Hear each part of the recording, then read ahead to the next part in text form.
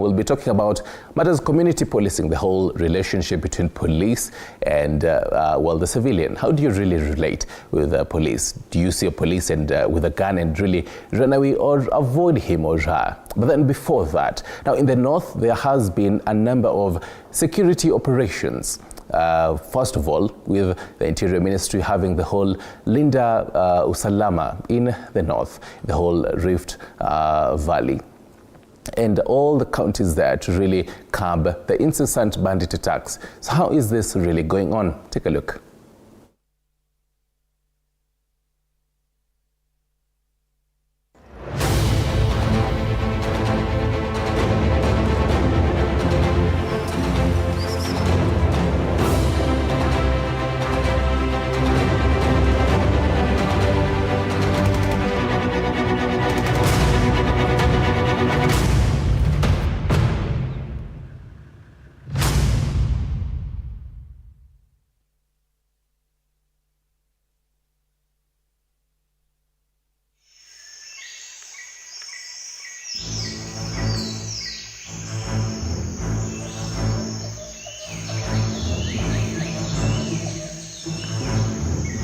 Kerio Valley region has been in the news for a long time over intermittent attacks occasioned by banditry and cattle rustling incidents.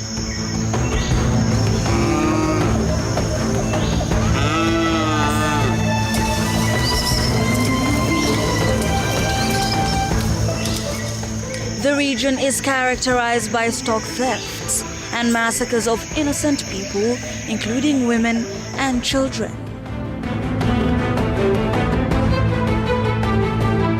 However, calm is slowly returning to the Kerio Valley of Elgeyo Marakwet, Baringo, Turkana, Samburu, West Pokot and Laikipia counties following a multi-agency security approach in the fight against banditry and cattle rustling incident.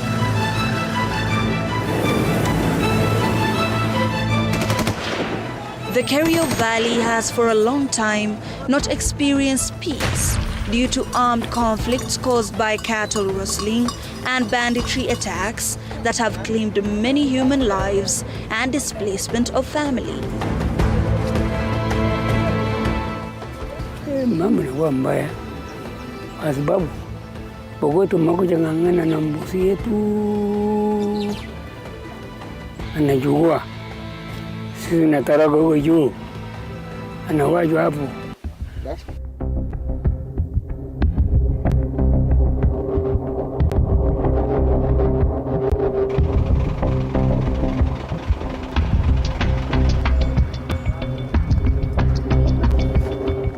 But calm is returning to the area following the launch of multi-agency operations involving the police and military against criminals behind the attacks and recovery of illegal weapons. The measures being undertaken by the government have contributed to restoration of peace in the region as the displaced families return to their homes to once again engage in socio-economic activities. Shamba yangu yote nilima vile hii maneno ya pita liregea kidogo vile tulipata President Ombia. Sasa akasaidia sisi mpaka akapatia sisi KDF tukapata hawa akakuja elekea huku pande yote mpaka Pokot huko mpaka saa hii tuko sawa. Saa hii hata tukienda Kerio hivi tunasalamia nao Pokot, hakuna wasiwasi. Hatuna hata kitu ya kusema wewe hivi na hivi. Saa hii tunaamua tu hata ng'ombe yetu akienda hivi tunaenda kunywa maji na hawa na tunarudi yetu, hawa wanakunywa hawa alafu wanaenda.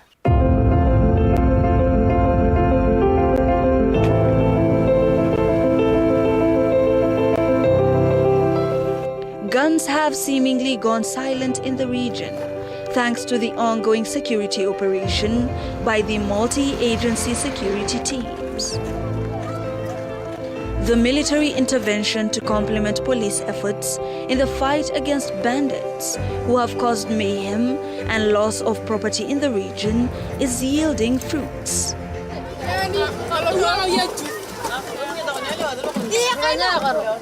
Wakati hao maofficers wa KDF walifika, saa hii tunaishi kwa amani.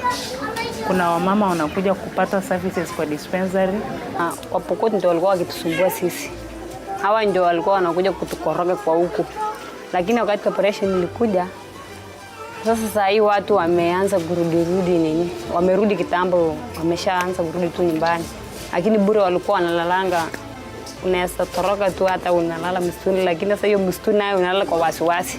Wamama wanakuja kupata services kwa dispensary wakati tu wowote. Kitambo hatukuwa tunafanya kazi usiku. Lakini wakati hao officers walikuja, saa hii tunafanya kazi 24/7. Yaani mtu akikuja usiku unahudumia.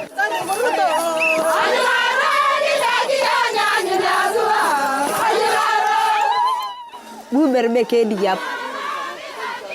Etani abujeki kivingwaliki. Hatukuwa tunatembea tukitoka kwa boma kwenda sehemu hata kujitafutia. Lakini saa hii juzi hao officers wetu zile waliletwa, wameanza kutembea kujitafutia, wameenda kuni, wameenda hata kutafuta makaa, wamefungua hata mifugo yao, at least hata wameanza kulala usingizi. Itani awaze. Mama kolongit apeide na madanga kipia lotolin korne amja lotolin.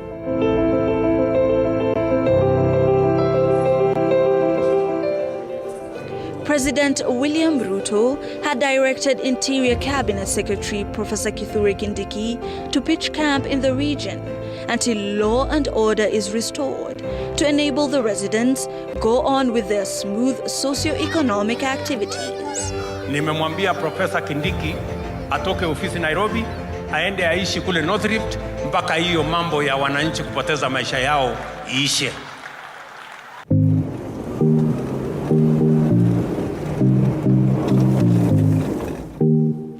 The Presidential Communication Service crew visited the region to check on the progress of the ongoing security operations, to weed out the menace that has led to loss of many lives, destroyed education, health, and other aspects of social life. During the tour, what came out strongly is the desire for peace in what is an otherwise productive region.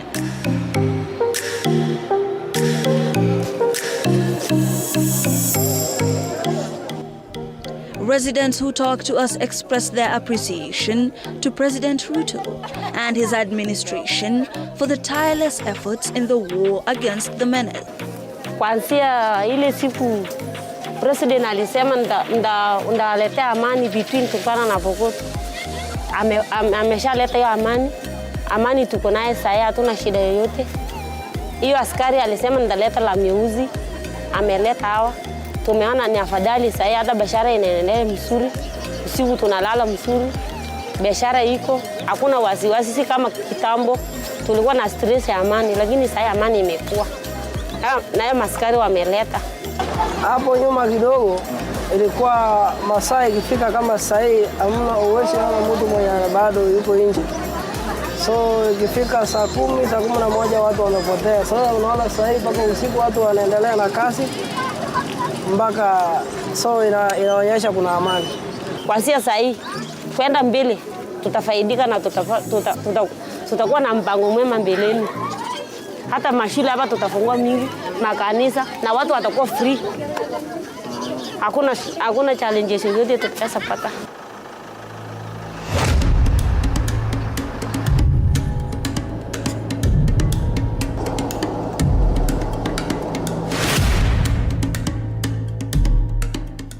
We arrived at Kapedo Trading Center, Aboda, which was notorious as conduit for cattle rustlers and bandits who passed through the area for raid missions in Turkana and Baringo. Normalcy had returned to the area and residents were going on with their trading activities. Kitambo hatungefungua biashara. Tulikuwa tunafungua saa 5, saa 6 na hakuna kazi, hakuna wateja. At least sasa hivi kuna security, sisi tunaweza fanya kazi. Naweza tuma vitu, askari wanatuletea mzigo. So sasa biashara si mbaya. Tumefungua biashara hii ni ku retain tu mtoto asiende kwa duka ya mtu. ni kujisaidia tu nayo, lakini biashara haijarudi vile ilikuwa inatakana. The military is also rehabilitating schools which were abandoned because of insecurity in the region. Rehabilitation works at the Kapedo Mixed Secondary School in Turkana, as well as Chesitet Primary School in Tiati, Baringo County, by the military were almost complete. Kapedo Mixed Secondary School is a victim of banditry. I can recall in the past we've lost students through banditry attacks. We've also experienced vandalism of the school facilities by the bandits. Our perimeter wall has been vandalized twice. But after the deployment of the KDF and the GSU and the RDU officers to Kapedo, the situation actually has improved. Our population is also growing. After the parents had withdrawn their children because of the killings that were experienced here, now the parents are now beginning to bring their children back to school. And we are hopeful in the next few years we are going to have a high enrollment. Secondly, I also want to thank the government for the project renovation works that are being done by the KDF. It is actually a plus to us. You can see, if you can consider the situation of our facilities that we have, we are really doing badly in terms of infrastructure. The dormitories are in bad condition, the bathrooms, the classes. But we thank the government for the effort they are doing in ensuring that these facilities are renovated and being improved to modern ones.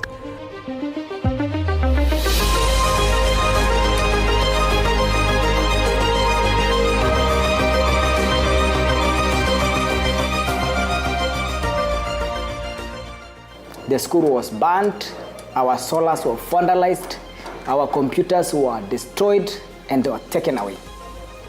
So the community have been fearing again to return the children. But finally, when KDF came, really we felt that these guys are more than a brother. These guys became really, even they were feeding the school. They built us the teachers' quarters that were completed the other day when CS for Defense came. So when the KDF team came, we really feel, even our officers were not visiting this place. Even our CSOs, those who are coming to assess what the teachers are doing and the progress of the learning, they have never come to this place. But actually when the KDF came, that is the time all the offices, even the DCC, have been coming to assess the school, to assess the learning. So it's because of the security that were provided by the KDF. Mr. Joseph Lareng, a resident of Chemolingot, said Pokots were now ready to make peace with their Turkana, Tugen and Marakwet neighbors for the sake of peace and development. Tuwe pamoja na mtoto ambaye yuko kando hiyo wakuje shule. Ametutengenezea shule na tunasema ni mzuri na tutaleta sasa wote. Hii sehemu imebaki nyuma. Hata tukitafuta miradi ya maji ya barabara, contractors wanapigwa, wengine wanapigwa na risasi na majangili na wezi. Mimi nataka niwahakikishie hivi wenzangu, hawa kora ambao kwa muda mrefu wametuumiza, wamesababisha maafa, hawa wakora tutawaangamiza. We will defeat these criminals.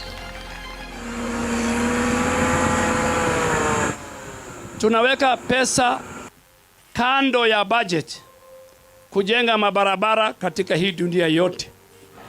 Tunaweka pesa ya kulete dams, maji kila mahali, kujenga boreholes na kutengeneza, hata kutengeneza mahali ya afya ya wamama kujifungua.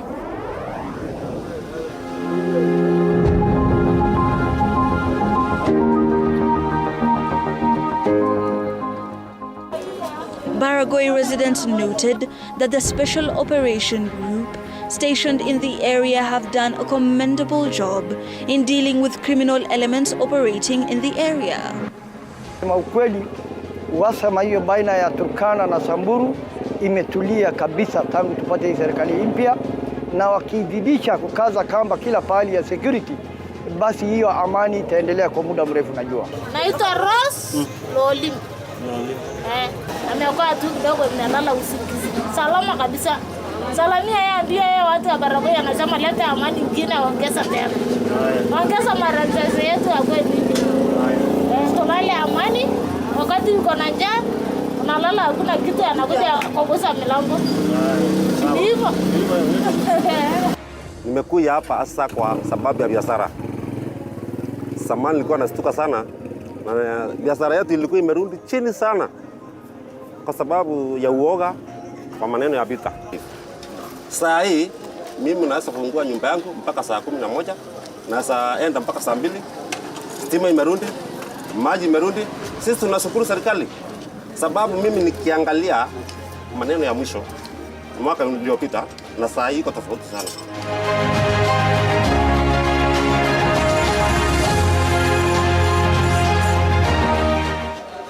When I came here, the level of insecurity was very high, to an extent that nobody can walk from town to school or even use a motorbike. So we used to vary teachers and their school employees from town and back to town. But now, when the government restored the security, so the team which came here, it was a no-nonsense team. They never compromised anything concerning. They made a warning to the residents of Baragoi. They don't want to hear a bullet 30 kilometers away from town, the radius of 30 kilometers. The number of enrollment of students in school have increased since then. He said having been in loggerheads for a long time, members of Turkana and Samburu now desire peace. As a result of that, everything has become calm. The Samburus, the Turkana, who are the Orange community, are just grazing their livestock around the school compound. And they are relaxed. In fact, these people know one another and they understand both languages. They can speak Kisamburu fluently if you are Turkana, and the Turkana can speak Kisamburu fluently. But now, when the government restored the security, it's like a relief for them. They used to be friends, but they are fighting. But they decided now to restore their friendship.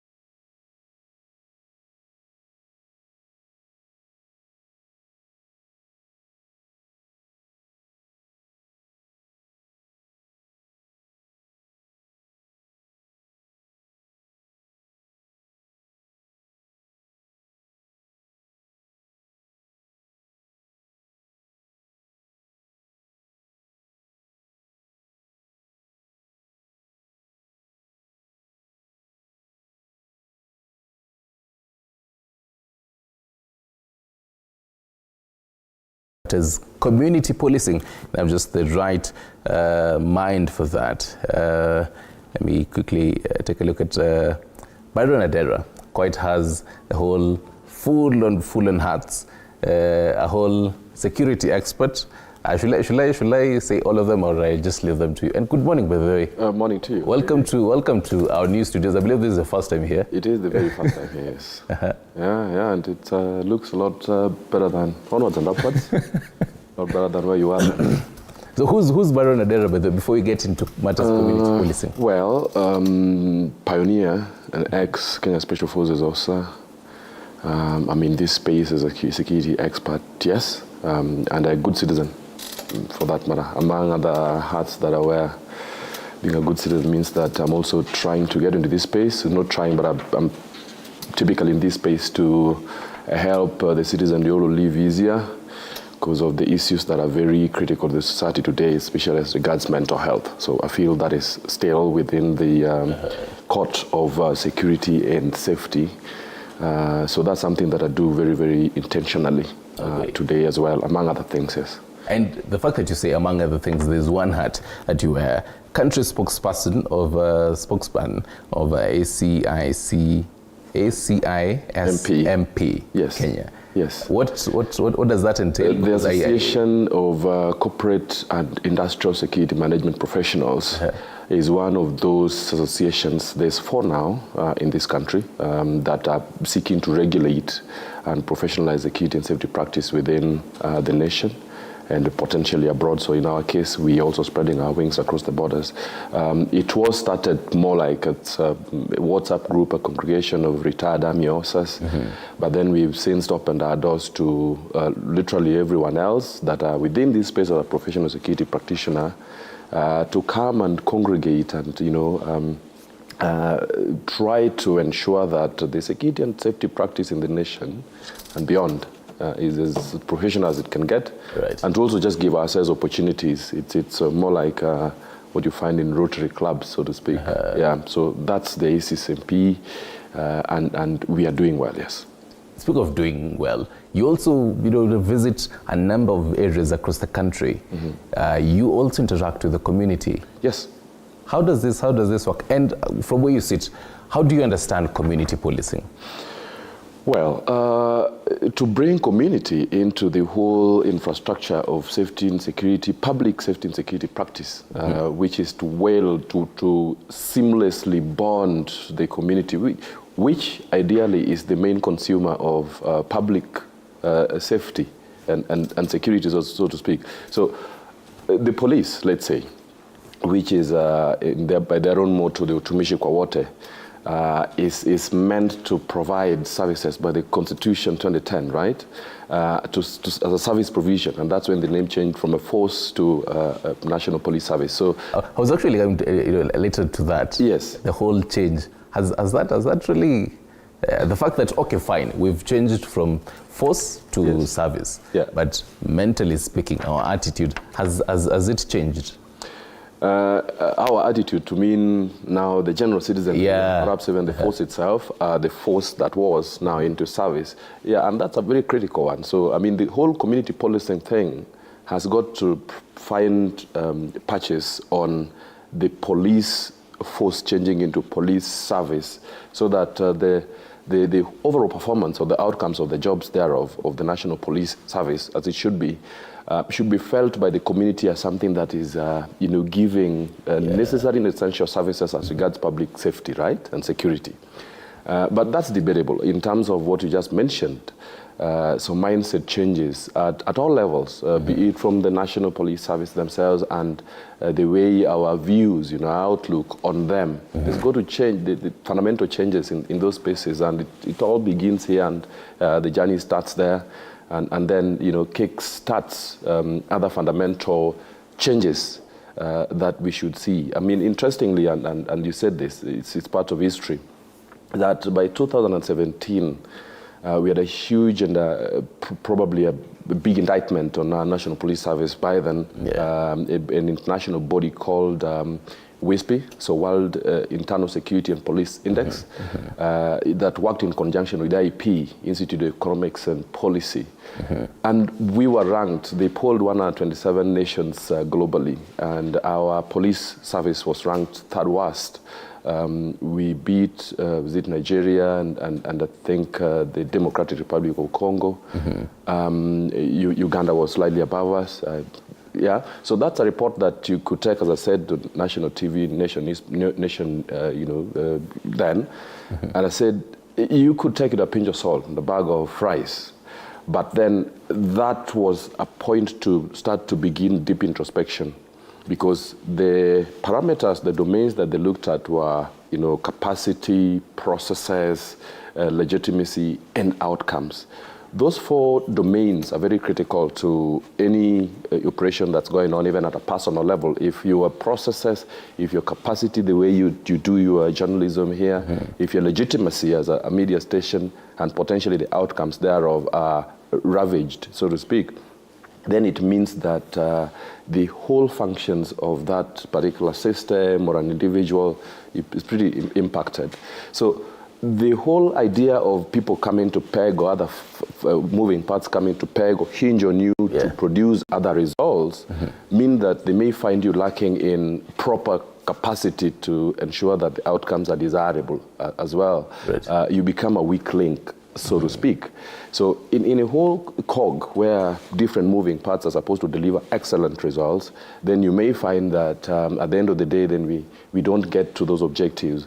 You may end up having bad results or fairly maybe just good results where you need excellent results. Right. As they say, not all habits are also born equal. And so we need to have those fundamental changes in terms of mindsets and the habits thereof that constitute systems at all levels. Ourselves as the general citizenry, and of course the people that we want to mingle with and also mix up with to produce some results.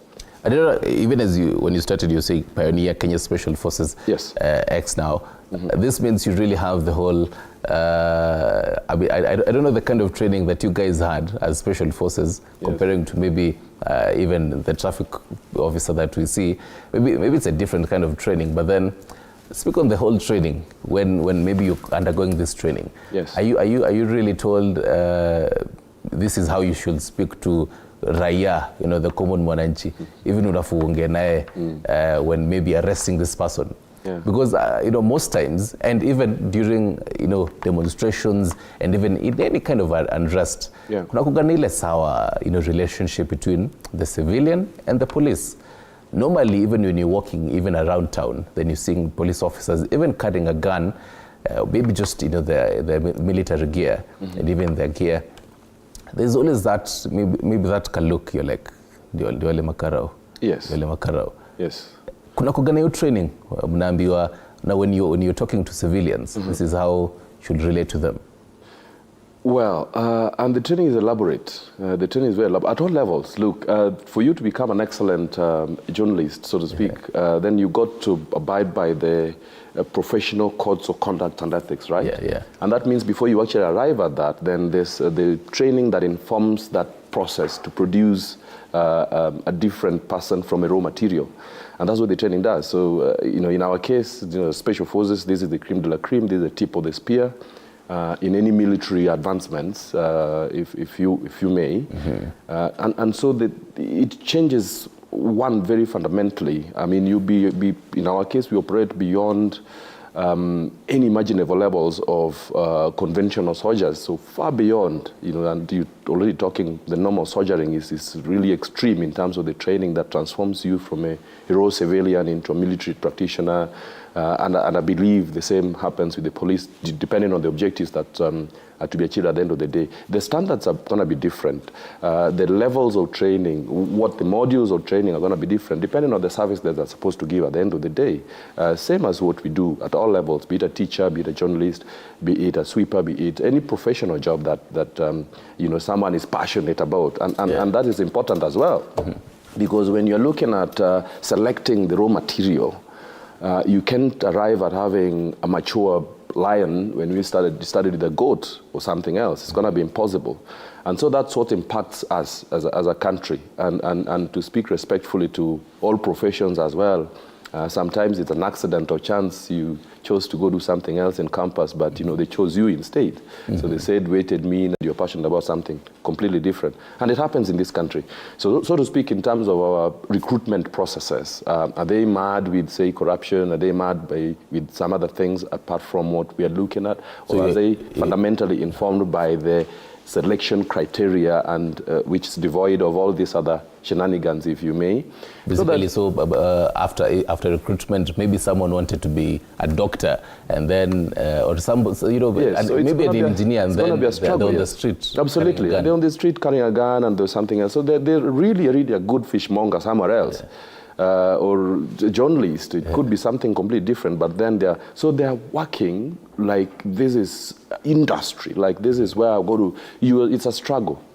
I think that's 1 of 1,000 ways to die, literally, if you are, put in some space to actually spend, because we spend a lot of our, waking days and years working.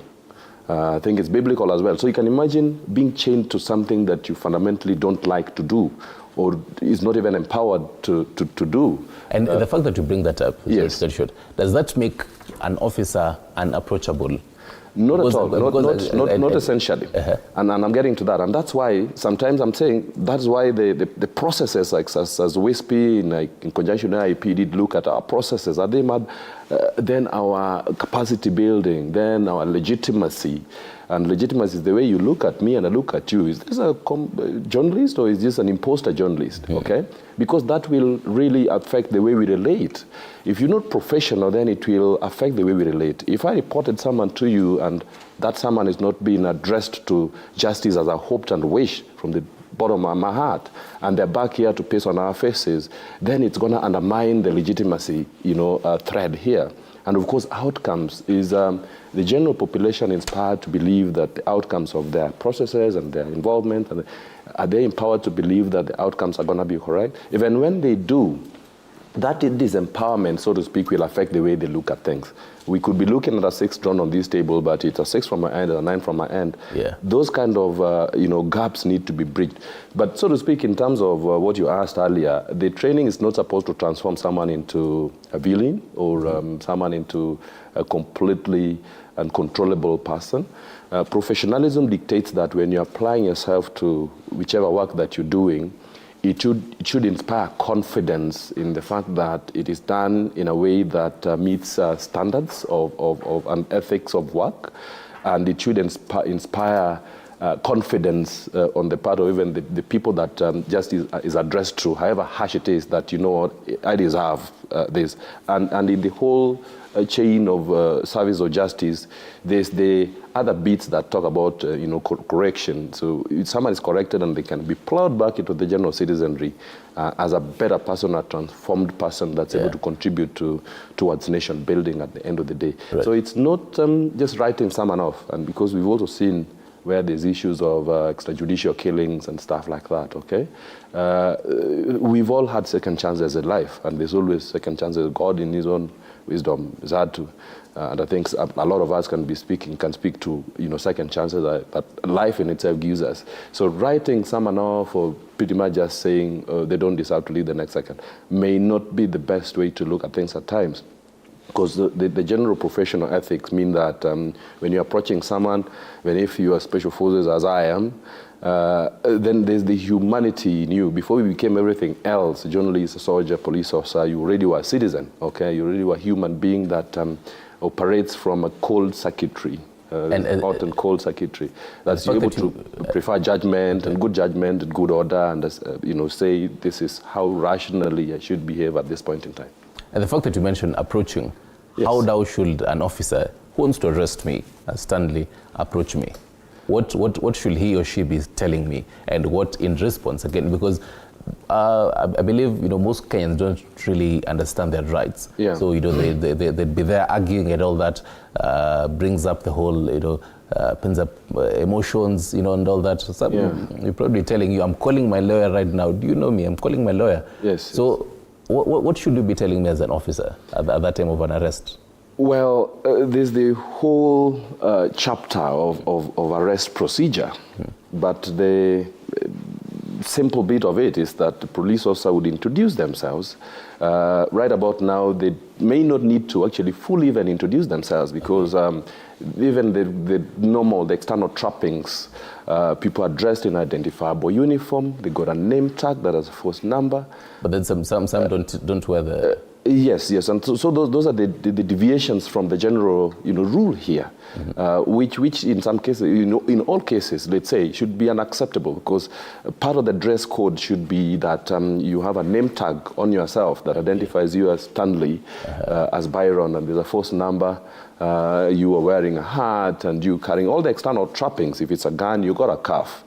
But that gap has been filled as well by other wrongdoers, so to speak. And because, again, there's gaps and people are able to replicate a police uniform and have them tailored next door and they rock up at your home in the wee hours of the night and they say the police officer, before you know it, you got a bloody nose and there's a cuff slapped on your wrist and wrong things have happened. But the general rule would be that the external trapping should do. And then they're human beings so they can talk and speak vocally and vocalize. I'm Stanley, by the way, and this is my first ID and you're under arrest for this and that. You have an opportunity to remain quiet until, and that's a right as well. And you brought up something interesting about people not knowing their rights. And that's why a lot of things fall within this crack as well.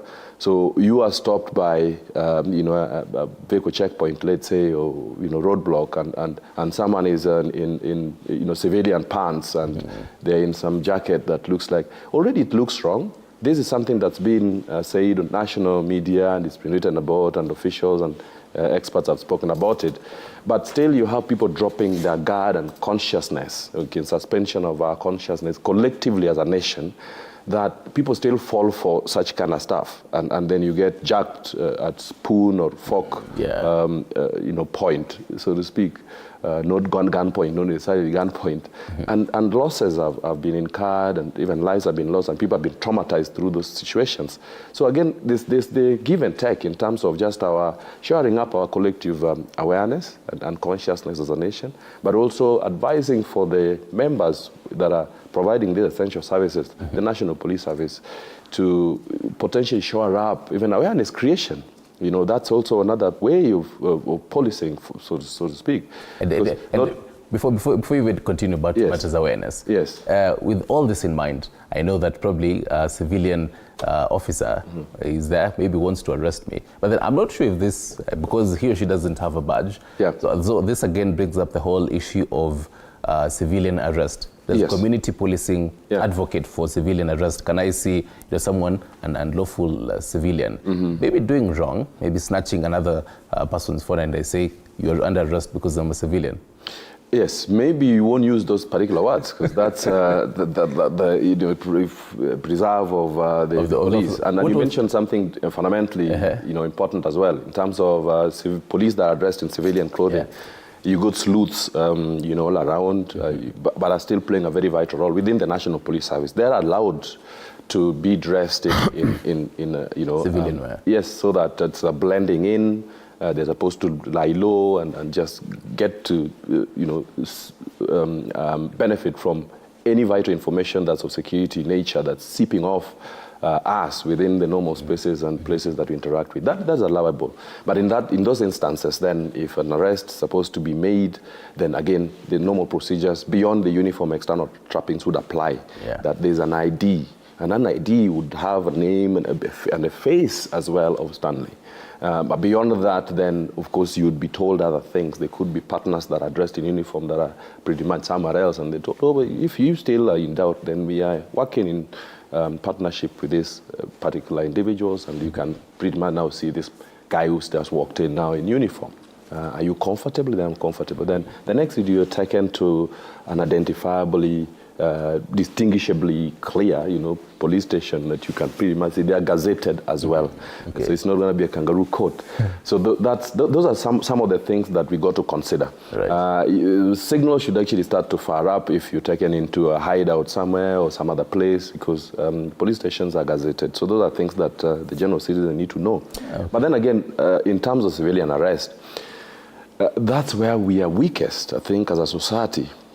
because I guess, and I believe you and I and a lot more of the civilian populace out there, the general citizenry, Kenyan citizens, have shared in so many of these instances of insecurity. Muggings are happening. It could as well be, midday, and the town is bustling. CBD in Nairobi, with human traffic, vehicular and human as well, walkers, and someone violently snatches your phone, and they're weaving through crowds, and you are behind them running the speed of 1,000 gazelles and shouting, shika mwizi, yes. Yeah. But no one at all swings into this situation to help. And we are not talking hypothetically here, right? Yeah. And yet we have that power of civilian arrest. It's something that's allowable by law, that if you see some violent crime that's happening, or just crime in general, and you are able to, you got the capacity of thinking, no, I can actually take them down, then you are supposed to actually take this opportunity to arrest someone. If we all behaved better, even within the CBD of Nairobi, and just today, crimes are going to be happening today. Someone's phone is going to be snatched today within the CBD. I'm not a prophet of doom. If we just behave better, and if this particular talk is going to enlighten someone and give them that empowerment to appreciate that the law allows for you to swing into action and arrest someone, we will reduce, collectively, we will reduce a lot of these petty crimes, that are happening, petty crimes in general that are happening in our society as a country, Kenya. And the whole sum total of the product of that is that we'll make this society a lot easier to manage and more peaceful. And you're not going to plan to buy a new phone in these harsh economic times just because, it's something that's happening. It's a big industry. Disjointedly, you lose your phone and report and you go to particularly OB, someone else. But if you're looking at, they're small in scale maybe if they're looked at individually, but it's a large-scale business empire that's happening today. And I know for certain that phones stolen in Kenya could have sold in Uganda and Tanzania. They get to move through the borders, and it's now a regional concern. And that's why I'm feeling like the law enforcement agency should actually be looking at those low-level crimes that are happening through different scopes in terms of the scale that is really large, and the fact that it's actually a very well-oiled engine that's a business empire for the bad guys. Right. And even as this conversation is going on, I'm really picking up the fact that, well, the police have their training. Even as you put it, have a whole systematic kind of training. But civilians don't really get this kind of training. They don't really know this is what, when I'm being arrested maybe, or when maybe an officer is maybe questioning me on some of these things, this is what I should be saying, and I should not be all there, maybe judgy and all this defensive and all that. But then now, the Presidential Working Party on Education Reform is recommending a 3-month community service program for senior school graduates just before they get into tertiary. Then further a 9-month mandatory community service after completing the whole tertiary. So, and it's a whole NOES kind of style. So how effective is this going to be? Having a whole 9 months. 9 plus 3 is 12. So it's a whole, whole year. A whole year community service. What entails, just to prepare those learners who are going to have this psychologically? What should they be expecting in such kind of a training? How is this going to be effective in matters community policing? Well, it's going to take a level of sacrifice on the part of the learners, but that's a good thing. What comes, to us that is good, that doesn't come from, it is not founded on sacrifice. Tell me, show me a few. Potentially none. If you're going through this business of life, then life is serious. That's what it is. People out there say you should never take it too seriously, but life is serious in itself. You're already very differentiated at birth. I've interacted with a few people. I've not been here for too long, much as you disagree. I don't look way too older than... Yes, so I didn't go through it, but I went through something more superior. But I've interacted with individuals who went through the NYS program during the, President Moi, God rest his soul in peace, Moi's time. I guess we are right on that, right?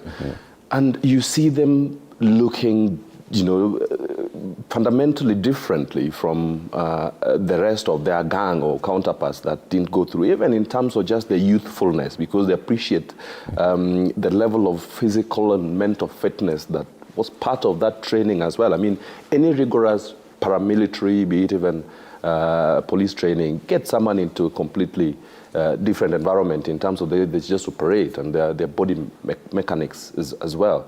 And that's a good thing. We are struggling with, health issues, both physical and mental. And if we were to trap these individuals before they get, even if it was just to shore up their physical and mental wellness, it would be a great thing. But beyond that, what this training does, and the NYS did in the past, is it packed into an individual a lot of life skills. And that's something that's really fundamental for just them getting out there and trying to get themselves productive.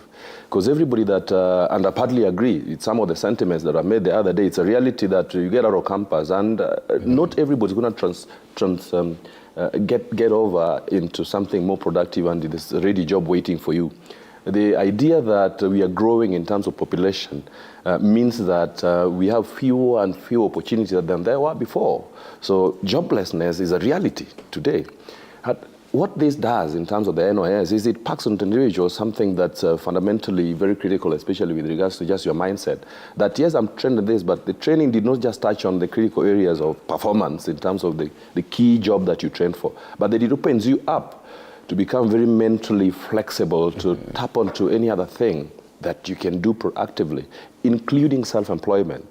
Why should I look for employment if I can create for others to be, on my platform to pursue their visions in life and to use this platform as a means and way to, show this world what they are made of. That does not exist in most part in the kind of people that we see today. Because I'm a trained doc, and they are there, just sitting there. I'm a trained engineer, and they just sat down. Perhaps they were just done to that course, and they wanted to be something completely different in life. So the disempowerment with regards to a lack of proper mindsets it can be fixed by that kind of program. And I'm really happy that if it's followed through and done excellently, then we could actually be seeing a happy point in terms of what these people could become. Ideally, I know for certain that the translation of people who've gone through professional practices or trainings is not really something that you can desire today. And so packing into these individuals' life skills beyond everything else are going to be very essential for them to just expand their horizons in terms of that, just their mental faculties, to be flexible and open to opportunities that may come their way, that otherwise would remain in the dark shades if this kind of training don't happen to them. All right. I believe we have about 2 minutes. We should take a short break. But then before that, in Kenya, when you talk about matters community policing, people hit Nyumba Kumi right there. Yeah. Nyumba Kumi has been there, from about 2013 there, when President Uhuru Kenyatta, former President Uhuru Kenyatta, formed the whole task force of Nyumba Kumi. But then about, I believe, 2018 there, it kind of collapsed. And recently, when they met the Senate Ando Committee led by Tana River Senator, that is Mungatana, they were saying that this particular task force and the such as task force on Nyumba Kumi should be again brought up and revived, basically. Should we have this? Is Nyumba Kumi really active in Kenya? Do we even need Nyumba Kumi? Interesting questions out there. Before you go, right? So then, yes, I do agree. We do. Short answers for 2 minutes. Yes, we do agree that we need these people in the society because those critical linkages need to happen. The police are not all over the place. They can never be all over the place. And so for the provision of a service means that we can be meeting halfway at some point in time, right? And that meeting halfway is the essential services that are provided for. And in terms of just those critical information or infrastructure, between the identified individuals that have best behavior and character and have got good standing in the society and have that moral authority as well to form part and parcel of this community policing infrastructure. And that's why you're talking about the village elders. Traditionally, we hold elders in high regard. Achievement is revered, but of course the elders are respected. And actually the direct link to where you stay. Absolutely, they have a direct link to where you stay. Crimes don't just come from somewhere propagated by aliens and then they're meted on us. Not at all. It's your neighbor next door that feels that I could get away with this, and they're doing that. So within those spaces and of course within the aspects of time, we are able to trap something. Nothing can be absolutely secretive, especially when it happens in our neighborhoods. Over time, there's always that halfway point where they can be, seen, identified, and redressed, with that feedback getting into the relevant authorities, and that's where the police are. Right. And all this other security infrastructure. So Nyumba Kumi is very, very critical to, the provision of that holistic security, public security provision services. But as we are saying, it's not very effective. It's not been done very, very effectively, and there's issues that have been highlighted and discussed in different fora. And actually on that, I believe my director has been generous to give me a little of time to discuss this issue on the whole Nyumba Kumi. Yes. Even last week, Interior Sales Professor Kithure Kindiki said village elders will get a stipend even as they work on a salary. So this really means that maybe they get a motivation for that. There has always been talk of maybe the village elders shouldn't really get such a stipend so that they don't depend on what they do because of what they're being paid. How effective is this going to be? Yes, those are the kind of issues and the challenges that I was speaking to. Because, who works for free as well? Much as Stanley is here as a journalist, I'm not going to task you to be washing a car next door to your free time for free, okay? So the Nyumba Kumi individuals or the community under the community policing infrastructure has got to be looked at in terms of all these motivational factors as well in mind. And being paid those stipends before a salary is discussed and made to happen is fundamentally important as well, because ideally the passage of information, assuming it's got to be a phone call, assuming it's got to be sending pictures of what's actually going on, playing out in your village as it is, or you made some recording in private, a discussion, I came to you, infiltrated you, and we are able to discuss how we are going to touch someone's house next door, and we say, oh yeah, Stanley's actually in it, and so on, so in Stanley. You need that recording sent. They don't have Wi-Fi. I think they're now coming up with that in different hotspots. But I mean, look at the Bundus, where right in the remotest villages, and still crimes happen. Low level, yes, but they still happen in those villages. You'd need someone to have bundles to transmit that information to relevant to the next level, right? Right. That will need money. If I'm in these harsh economic times, and that's the reality today, you have 100 shillings and you have mouths to feed. It's going to be a debate as to whether to use this for sending this information to making that critical phone call to someone else, or to buy bread and unga. Okay. So that your family is fed. Okay. So those are the decisions those are the competing variables that are got to be addressed. So yes, that is a way of empowering them. The others are motives. The motives involved. It's all when all machines and everything else are invested in getting best of policies and strategies. Okay. The human factor and the motives involved are the most critical, of which as well. Am I going to be empowered to tell on my brother or my mother or my cousin or someone else? And when I do, am I going to have sufficient protection to survive it? And when justice is supposed to be preferred, on them, are they going to be let loose by our, ill-adjusted judicial system, and then they get back to the society to piss on your face and to, possibly even meet violence on it? And people have lost lives as well. And those are things that are considered within that infrastructure. So people can actually be within those systems, chosen, their elders, all that composition, but they are disempowered to actually act because of the motives involved. And let's just speak on the whole goodwill on this. Briefly, my director tells me his generosity has run out by now. Briefly, we woke up in the whole philosophical way today. Yes. Give us a quote on matter security and the community policing, just in a few seconds. A quote on all this. Well, we are in some, not very chaotic environment, but I think we are maladjusted. So we can evade reality, but we cannot evade the consequences of evading reality. That's in Rand, an American philosopher did say. So the reality today is that we are suffering, and the reality today is that general living standards have been impacted hugely. And in that kind of space where there's not so much peace that is informing wellness on the part of the citizenry, then we'd expect even crimes and issues that disrupt security to show up. Right. We need to stay into that space with realistic solutions in order to prevent ourselves from, going south, so to speak. But I'm optimistic. Asante sana, Dera. Thank you for that. Yes, definitely. And asante sana with for sticking around. I hope you've learned a thing or two, or maybe 15 on matters community policing from where you are. How good are you in matters